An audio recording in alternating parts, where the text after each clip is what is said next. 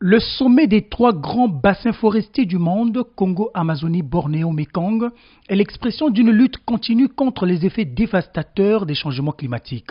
Initiée par le président de la République, Denis Sassou Nguesso, la réunion a regroupé des milliers de participants venus de 5 continents.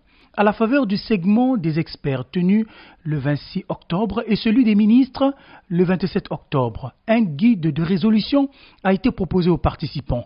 Le document distribué dans la salle, édité en français, en anglais, en espagnol et contenant une série de propositions pour la protection de la biodiversité et des forêts tropicales, est conçu par l'écrivain-chercheur congolais Michel Innocent-Peya. Plusieurs membres du gouvernement ayant reçu ce guide de résolution s'accordent à reconnaître que la lutte contre les changements climatiques et la protection de la biodiversité des trois grands bassins forestiers passe par des mesures fortes et contraignantes.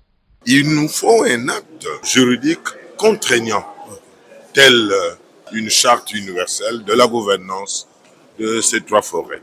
Et comme ça, ceci va lier de façon obligatoire toutes les parties prenantes.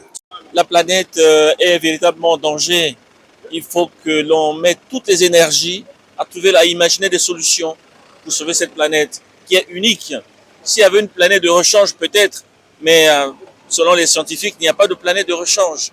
Donc je ne crois pas qu'il y ait urgence plus prioritaire aujourd'hui que la protection de l'environnement. Les brochures nous édifient justement sur l'importance de préserver l'environnement et de préserver les forêts. Vous savez que les forêts sont la source d'émission de l'oxygène que nous respirons. Ce guide de résolution épouse bien la vision écologique du chef de l'État Denis Sassou Nguesso pour la survie de l'humanité. C'est la survie de la nature, la survie de notre planète et au final la survie de l'espèce vivante, qu'elle soit humaine ou qu'elle soit animale. Ce que nous attendons, c'est qu'une prise de conscience du monde entier, des grands décideurs, des banquiers, le secteur privé, cet accompagnement dans la préservation de ces bassins. Des parlementaires et bien d'autres participants au sommet ont salué le contenu de ce guide de résolution. Mais c'est une brochure très édifiante, et qui retrace bien la problématique donnée. Et il s'agit là de caresser des objectifs précis, promouvoir la coopération scientifique et technique en matière de co-gestion de ces trois bassins. Je suis heureuse de visiter votre stand. J'ai écrit dans le livre d'or que nous sommes de la même planète. Avec la nature, nous sommes inséparables. Et j'encourage tout ce que fait le docteur Innocent-Peya. Lui, il a le courage d'écrire, de dire les choses. Nous restons dans le silence, mais nous l'accompagnons. Et nous soutenons cette action parce que sans nature, il n'y a pas de vie. Donc, beaucoup de félicitations et beaucoup d'encouragement. En ce qui concerne le docteur Innocent-Peya, je le suis, il est un peu partout. Vous voyez, c'est encourageant. C'est avec plaisir que j'ai écrit dans le livre d'or pour présenter mes encouragements et l'inviter à continuer dans ses œuvres qui nous honorent tous. Mais ça m'a déjà impressionné parce que je voyais ce qui est inclus dedans. C'est très important pour que tout le monde sache. Ouais. Donc c'est vraiment un bon travail. À travers cet ouvrage, cette vulgarisation des enjeux, ça permet aussi à tout un chacun d'être sensibilisé. Ça va dans le sens de se conforter ces acquis du sommet.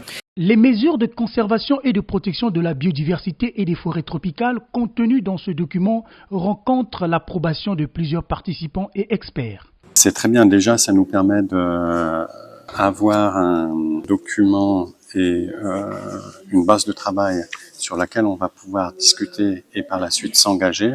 C'est absolument essentiel pour avancer. Je trouve que c'est à féliciter effectivement, ne serait-ce que la démarche pédagogique d'expliquer effectivement ce que sont les bassins et ce que promeut cet événement.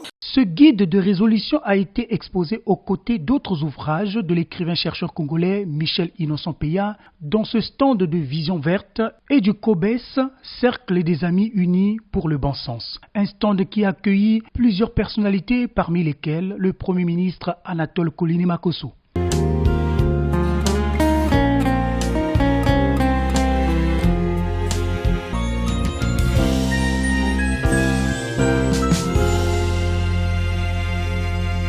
Le stand de Vision Verte et du COBES a également bénéficié du regard écologique du président de la République, Denis Sassou Nguesso.